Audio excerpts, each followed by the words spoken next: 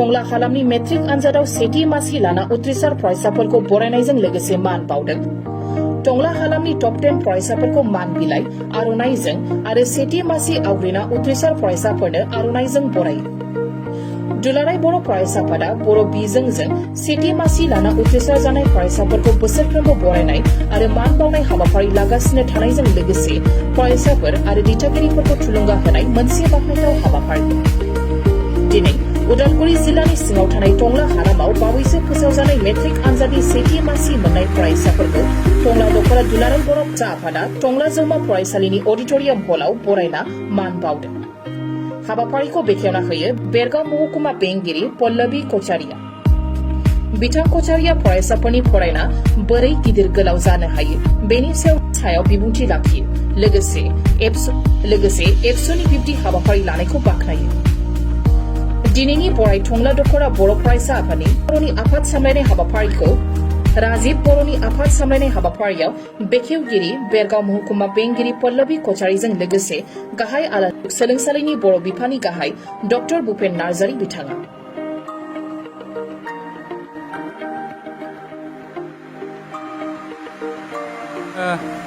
सारा आसाम नाङैनो दुलाराय बर' फरायसा आफाद आरो बर' थुनलाइ आफाद जथाय जोङो मोनसे हाबाफारि लादों, खुद्रिसारनाय हाबाफारि।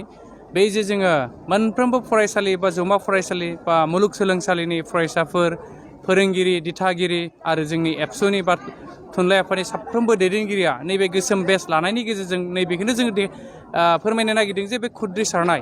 मानो होननानै बुङोब्ला जोङो आसाम सरकारा दिनै जोंनि बर' बिजोंनि फरायसालियाव जे मोनसे जाबसिननाय होननानै बुंनांगोन। बिथांमोना जे बर' मिडियामनि जि क्लास 6नि मेथ्स आरो साइन्स लेखा बर' बिजोंनि लेखानि सोलाय बिथांमोना इंलिस बिजोंजों बिजाबखौ जोंनो जाबसिनना होनायखौ जों नुनो मोन्दों। नाथाय जों बेखौ जों गनाया, जों माब्लाबाबो जों बेखौ गनायनानै लानो हाया। मानो होननानै बुङोब्ला जोङो दिनै बुहुमनि पण्डितफ्रा बुंदों जे बुहुमनि बयनिख्रुइबो देरसिन राव होननानै बुङोब्ला बिमानि रावखौनो देरसिन होननानै बुंदों। आरो दिनै निउ इडुकेसन पलिसियाबो बर' बिजों एबा बिमा रावजों सोलोंथाइ होनांगौ होननानै अलरेडि NEP आ मोनसे घोषणा होदों, नटिफिकेसन दिहुनदों। थेवबो जोंनि स्टेट लेभेलनि बा स्टेट सरकारा, आसाम सरकारा मा खालामदों जे जोंनि बर' बिजोंखौ फोथैनायनि नोजोरजों बिथांमोना गाज्रि नोजोरजों जोंनि बिजोंखौ फोथैनायनि थाखाय बिथांमोना खामानि मावनायखौ जों नुनो मोन्दों। बेखायनो दिनै जोङो बे खुद्रिसारनाय हाबाफारिखौ जों सारा आसामावनो लादों। आरो दिनैल' नङा, फैगौ 15 जुनाव जोङो मोनसे गेदेरथार मोनफ्रोमबो जिल्लानि हेडक्वार्टाराव जोङो मोनसे खुद्रिसारनाय हाबाफारि लादों। बेयाव आरो मोनफ्रोमबो फरायसा आफाद बा थुनलाइ आफादनि दैदेनगिरिजों लोगोसे रायजो राजा मेलेमजिबि बिथांमोनाबो बाहागो लागोन। आरो नोंथांमोननि नैबे जे पर्टेल निउसनि गेजेरजों बेखौनो आं हांख्रायगोन बा खावलायगोन जे साफ्रोमबो बर' माहारिया जावरिखांनायनि मोनसे सम फैदों। मानो होननानै बुङोब्ला दिनैनि तारिखाव जोंहा बर' बिजोङा मोनसे अलखदाव थांगासिनो दङ। आरो बेखौ अलखद समखौ जोंनि आथिखालनि सरकारानो लाबोदों होननानै जों बुंनांगोन। मानो होननानै बुङोब्ला बर' मिडियामनि लेखा बिजाबखौ जुदि बोखारनानै होयोब्ला अट'मेटिकलि बेयो बर' बिजोङा थैलांगोन। बर' बिजों थैयोब्ला जोंनि रावा थैगोन। राव थैयोब्ला जोङो जाथि हिसाबै थांना थानायनि अस्तित्वआ थानाय नङा। बेखायनो नोंथांमोननि नैबे जे निउस चेनेलनि गेजेरजों हांख्रायदों साफ्रोमबो जाहाथे रायजो राजा नोंथांमोना लोब लोब फैनानै बे जे होज्रि खावनाय बा खुद्रिसारनाय बे बे हाबाफारियाव जाहाथे बाहागो लाफैयो। आं बे बयखौबो आङो जिल्ला एबसुनि जानानै आं खावलायदों। मासि आवग्रिनायजों लोगोसे टंला हालामनि जा टप 10 स्टुडेन्ट बिथांमोनखौ बरायबाय, मा मेसेज हरदों? दिनै टंला दख'रा दुलाराय बर' फरायसा आफादा 2023 मायथाइनि जायफोर मेट्रिक केन्डिडेट बिथांमोना देग्लाय सेथि थाखोआव जि उथ्रिसारनाय फरायसाफोर बिथांमोनखौ जोङो दिनै बरायनाय जि हाबाफारि बेयाव जोङो बाहागो लाहोदों। आरो देग्लाय टंला ओनसोलनि जिफोर बर' बिजोंजों फरायनानै सेथि थाखोआव जि उथ्रिसारबाय बियो गोबां जोङो फरायसालि हिसाबै जुदि नायोब्ला 53निबो बारा जोङो सेथि थाखोआव उथ्रिसारनो हादों। आरो बेयाव गोबां जायगानिफ्राय जितु नैबे टंला ओनसोलाव फरायफायो। आरो बेखौ जुदि नायोब्ला जोङो मेक्सिमाम जोंनि टंला हालामनि सेथि थाखोआव उथ्रिसारनाया जोंहा 43 जन जों मोननो हादों। आरो बेनि गेजेरावनो जोङो टप 10 जोङो मासि सेलेक्ट खालामदों। आरो बे टप 10 मासियाव जायफोर फरायसाफोरा दिनै हाबनो हाबाय बिथांमोनखौ जोङो दिनै बरायदों। आरो जायफोर बाखि फार्स्ट डिभिसनाव थाबाय बिथांमोनखौबो जासे आर'नाइ गांसेजों जोङो कलम गंसेजों आरो बिजाब गांसेजों बिथांमोनखौबो जोङो बरायदों।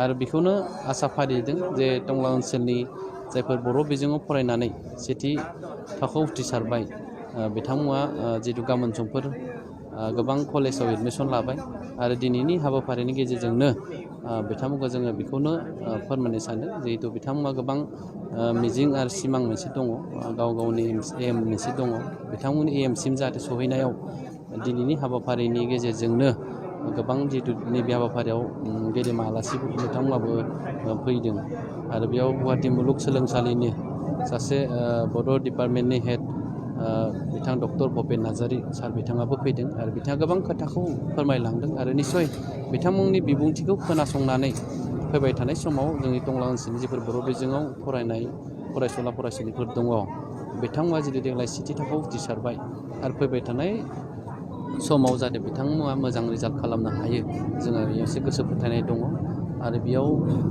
जोंनिनो भेरगाव महकुमानिनो एडिसि बायद' बिथां पल्लबि कसारी मेम बिथाङाबो फैदों आरो बिथाङाबो गोबां मेसेज होलांदों आरो बिथांनि मेसेजनि गेजेरजोंनो जों आसा फारिदों टंला एबसुआ फैबाय थानाय समाव जाहाथे साफ्रोमबो फरायसाफोरा गावनि जिउ दानायाव जाहाथे आवगायलाङो मोजां मोनसे सिन्ताधारानि गेजेरजों आरो बिथांमोननि जि सिमां बे सिमाङा जाहाथे जाफुङो आं बेखौनो हास्थायदों। गोजोननाय मोनदों। मा डिभिजन लाना पास खालामदों? First division. बबे स्कुलनिफ्राय? जोंलारि। बेसेबां नाम्बार मोनदों पार्सेन्टआ? 83.83। हाइस्ट नाम्बार बबे साबजेक्टआव मोनदों? MIL बड' 90%। दा नोंनि थांखिया मा जाहैगोन? आंनि थांखिया बेंक मेनेजार। Bank manager. बबे कलेजाव फरायगोन? फाइनाल। नोङो मा डिभिजन मोनदों? First division. ओमफ्राय पार्सेन्टआ बेसेबां? 81.83। 81.83। ओमफ्राय मा स्ट्रिम लानानै फरायनो सानदों? आर्ट्सआवहाय। नोंनि भबिष्यत हबि थांखि? आं UPSC एग्जाम होनानै बेयाव साख्रि मावगोन। UPSC एग्जाम होनानै साख्रि मावगोन। मोनबेसे लेटार लादोंमोन? मोनब्रै लाखियो। मोनब्रै लेटार। बबे फरायसालिनिफ्राय फैगोन? मुरमेला हाइ स्कुल। बिमा बिफाया फरायनाय समाव माबायदि जोथोन लादों नोंखौ? मोजांखौनो लादोंमोन जाबायदि लानांगौ बेफोरबायदि लादों। आं माने टंला हालामाव टप 1 मोनदों दा आं सानाखै आरोना दि आं जा टप 1 मोनदों बेनि थाखाय एसेबां माने मोजांद्रायबो होननानै मानोना आं दा जास्ट मोनसे आगानसो माबा पार खालामदों नालाय मोनसे देवनासो बेनि थाखाय आं सानोदि जा आरो फैबाय थानाय जा एग्जामफोर बेयाव जेब्ला आं उथ्रिसारलांबाय थानो हागोन अब्लासो आं गावखौ सानोदि आं माने एसे मोजां पजिसनाव दं बा आं गावखौनो गाव एसे मोजां गोग्गानाय सानगोन आरो। बबे स्कुलनिफ्राय उथ्रिसार जायो? इउएन एकाडेमि टंलानिफ्राय। ओमफ्राय बेसेबां पार्सेन्ट नोंना? आंनो गासै मोनब्रै आयदायाव लेटार थादों आरो गासै 85.5%। ओमफ्राय बेबायदिनो मा स्ट्रिम लानानै फरायनो सानदों? आं दा साइन्स स्ट्रिम लादों। बेसेबां घन्टा फरायदोंमोन? आंथ' दा बिदि एसां माने टाइम नायनानै फरायाखै आरोना मालाबा जुदि बारा फरायदो बा मालाबा खम फरायदो मालाबा टाइमाव नेक्स्टनिया बारा फरायगोन इफोरदो आरो माने। फरायनाय समाव नोंखौ सोर बेसेबां जोथोन लाया? बेफोरबायदि बुंनो थाङोबाथ' न'खरनि मानसियानो आरो बेजों लोगोसे सारमोन स्कुलनि टिचार्स। आइ आरो आफा बे सानैनि मादाव सोर सासेया बांसिन जोथोन लाया? दाथ' आफाया बाहेरायाव थांनोसै नालाय बाजाराव हाइस्ट बांसिनै आइयानो लागोन एसे माने गोजौबो नंद्राया माने गेजेरावनो नांसिगोन आरो। जायफोरा नोंजों लोगोसे एग्जाम होदोंमोन बिथांमोना माखासेया उथ्रिसारनो जानो हायासै बिथांमोननि थाखाय मा साजेसन लागोन? मा बुंहरगोन बिथांमोननि? दा उथ्रिसार जानो हायाखै मानेथ' जोंनि आं सिनाय मोननाय एसां बेफोरबायदि माखासे उथ्रिनो हायाखै गुबुन फरायसालिनिफ्राय दाथ' आं मा बुंनो बिसोरखौ दि जाय बिसोरो माने ओइ साना आरो दि जों खनसे हारिबाय बा जों खनसे बेखिनि नाजानानै जोङो बेखौ सानांगोन दि आं बेखिनि नाजानो थाखायसो बेखौ मोननो हादों बे आं बारा नाजाबावनायबाथाय बांसिन मोननो हागौमोन बेखौ साना आरो बिसोर फरायनायखौ लोगोआव लांफानांसिगोन आरो।